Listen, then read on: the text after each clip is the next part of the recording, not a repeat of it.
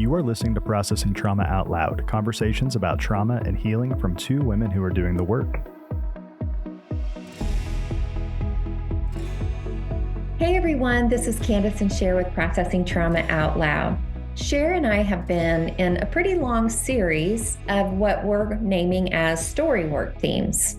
We've been looking at different aspects of patterns that we can look for as we're sharing our stories. And we're not just processing them and looking at them, like we are also holding that there's ways to heal and move out of patterns and getting ourselves into a place that, Sher, we're just showing up more grounded, more content, more hopeful, more empowered, that we can heal these wounds that we received from childhood. Today, we are going to look at the theme of attachment wounds. And before I name all those attachment wounds that we have previously talked about in other episodes, I'm just curious, how are you feeling about kind of going back into looking at attachment wounds again?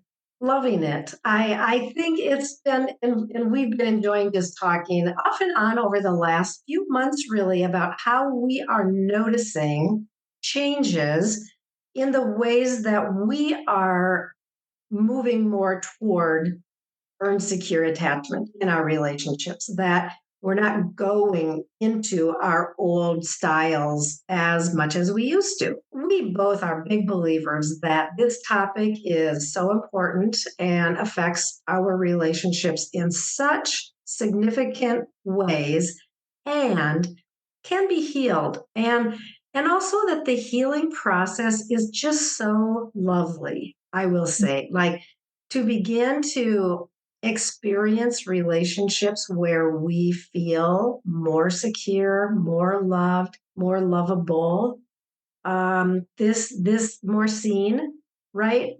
Better attuned to, like, this is the process of healing, and this process is beautiful. So I'm looking forward to our episode today. Yeah, I'm also thinking of that we become more aware of that we can stay to be loved, right? We don't have to go into our attachment wound, but then we begin to notice that, oh, we see other people maybe going into, and we show up more fully able to know what they need and how to love them better in those spaces. So it's always, in my opinion, it's about loving ourselves and loving others. Those two will always go hand in hand. The problem is that we often as adults think that it's all about just loving others. And if we don't truly love ourselves, we're actually not loving people authentically from our true self.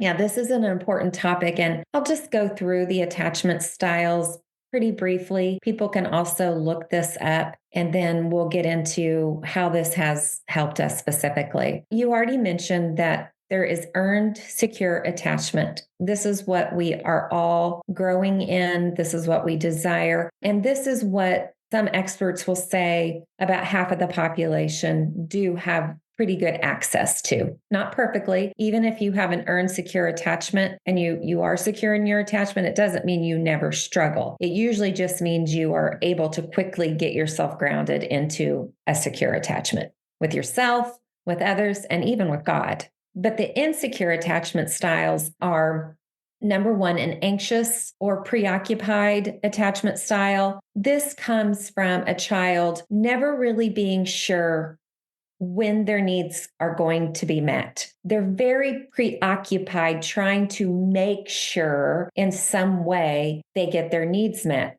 because this child has had their needs met. They know what that's like, but it's so inconsistent. It causes this anxiety of, will today be the day that I get the attention I need? Or am I going to have to do something to get my needs met today? The other insecure attachment style, number two, would be called avoidant attachment style. And these children grew up learning pretty quickly that anytime that they have needs or they're showing emotion, it gets shut down or they're too much. Something in them decides, oh, showing up and expressing my needs or my feelings actually will hurt me in some way.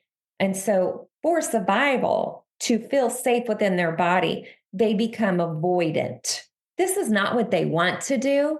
This is what they feel like they need to do to actually self regulate to some degree. And then we have the last insecure attachment style, which you and I've talked about this. We both share this attachment style, which would be called fearful, avoidant, chaotic, or disorganized. We've named that you kind of lean more towards avoidant. I probably lean more towards anxious, but we ebb and flow out of those, actually, depending on what's going on with the other person. But as we're healing, we're both moving away from that. And so, in that attachment wound, a child, there's a sense of the person that I need to meet these needs that I have is also the person that is unpredictable. And there's usually a sense that that parent or caregiver is not trustworthy in maybe some type of abuse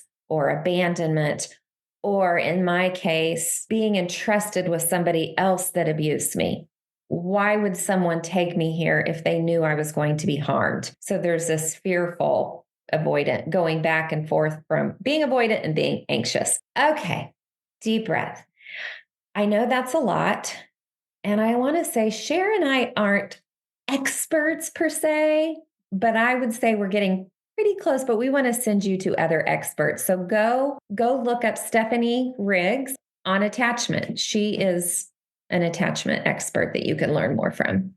So good. And thanks for going over that, Kandace, reviewing and reminding us. And I think an important way, or a really, yeah, I'll say, why are we talking about this? Okay. It shows up in our relationships pretty much every single day. This is a huge factor in why, as adults, we struggle in our relationships, or why we feel like we're always longing for something that we can't quite get, or we feel a sense of, oh, I'm not safe, leave me alone, or that we can be in that push pull of anxious or avoidant. So I think it can be really helpful to look at what is your typical MO? Like, how do you show up in relationships, and go, kind of reflect back through what were you like as a teenager? What were you like as a young adult? What are you like with your significant person? What are you like with your children? Do we feel secure in who we are? Do we feel comfortable asking for what we need? And we have some sense of confidence that the people around us are going to say, oh, yeah, hey, I can help with that. Or do we have a sense of feeling, I'm not sure if I can trust this person?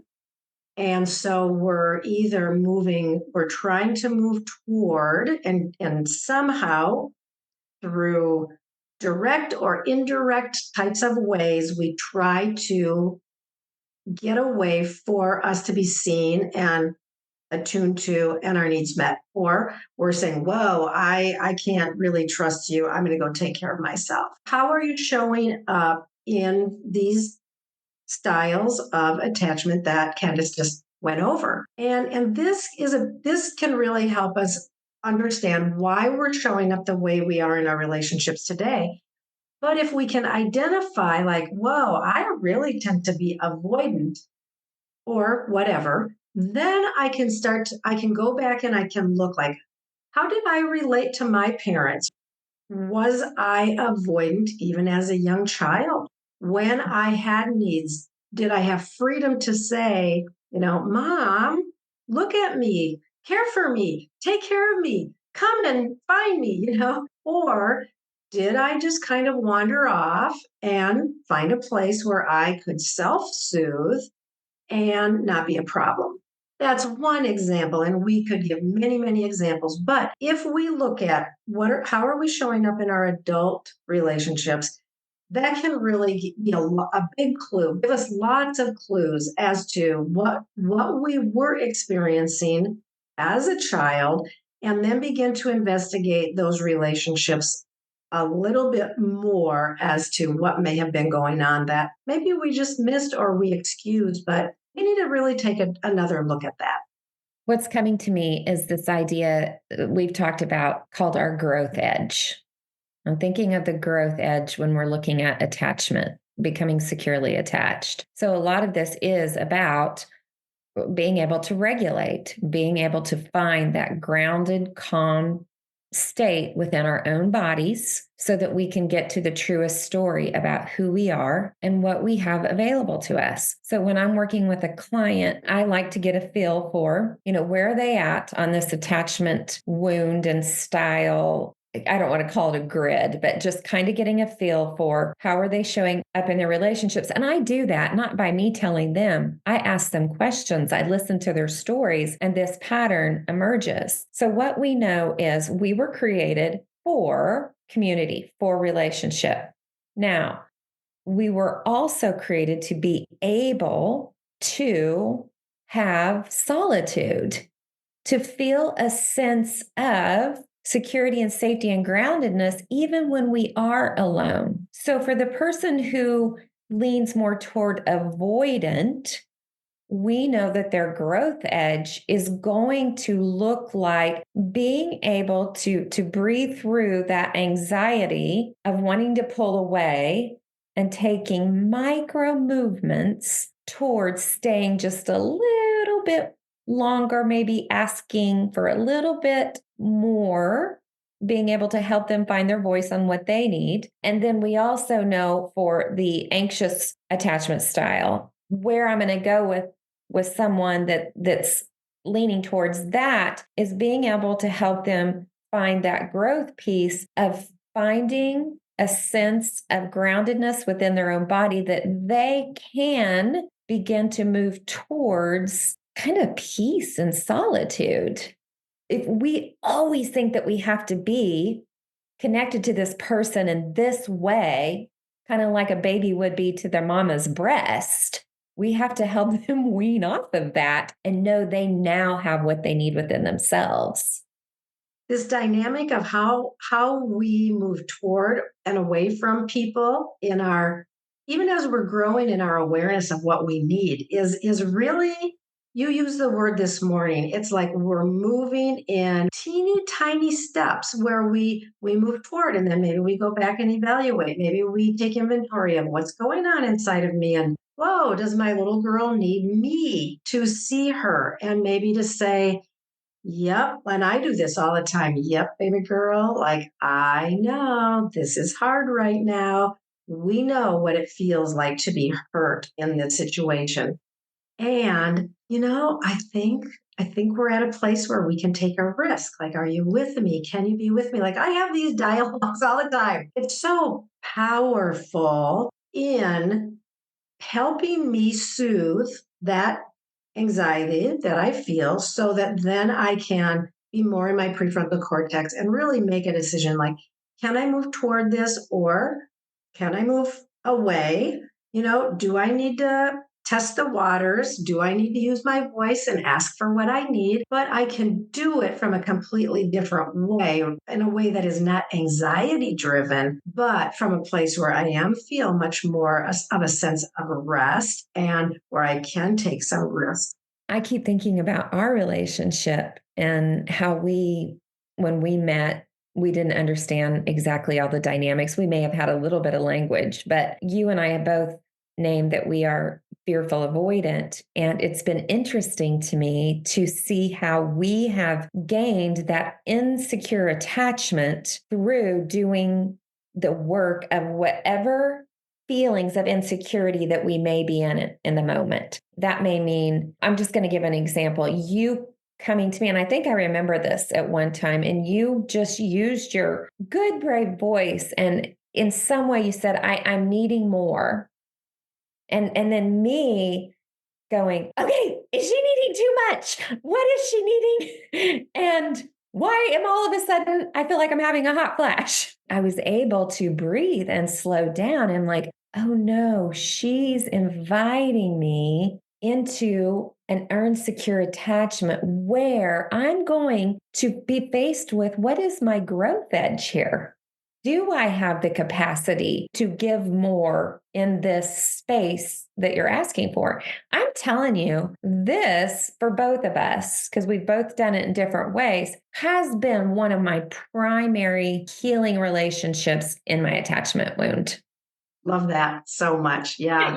You're smiling really big. I want to hear more. Well, yes, I love this because we truly, we talk about processing trauma out loud is who? Two women doing the work. And I feel like we show up that way. We're pretty honest about, we often come on and we have been working through stuff that we are going through. And we are in the ongoing process of doing the work of healing because, frankly, we have had a lot of stuff that has needed healing. But I love how we have been so instrumental in one another's healing. We didn't have everything put together and come to start this work, showing up as people who like, yeah, we've got it all together and we're going to come and, teach y'all how to do it. But the way that we have been able to grow, like you're talking about the growth edge, we tested the waters with each other a lot, but we have found that we can trust each other. I have found that you can hold my stuff and you have found that I can hold your stuff.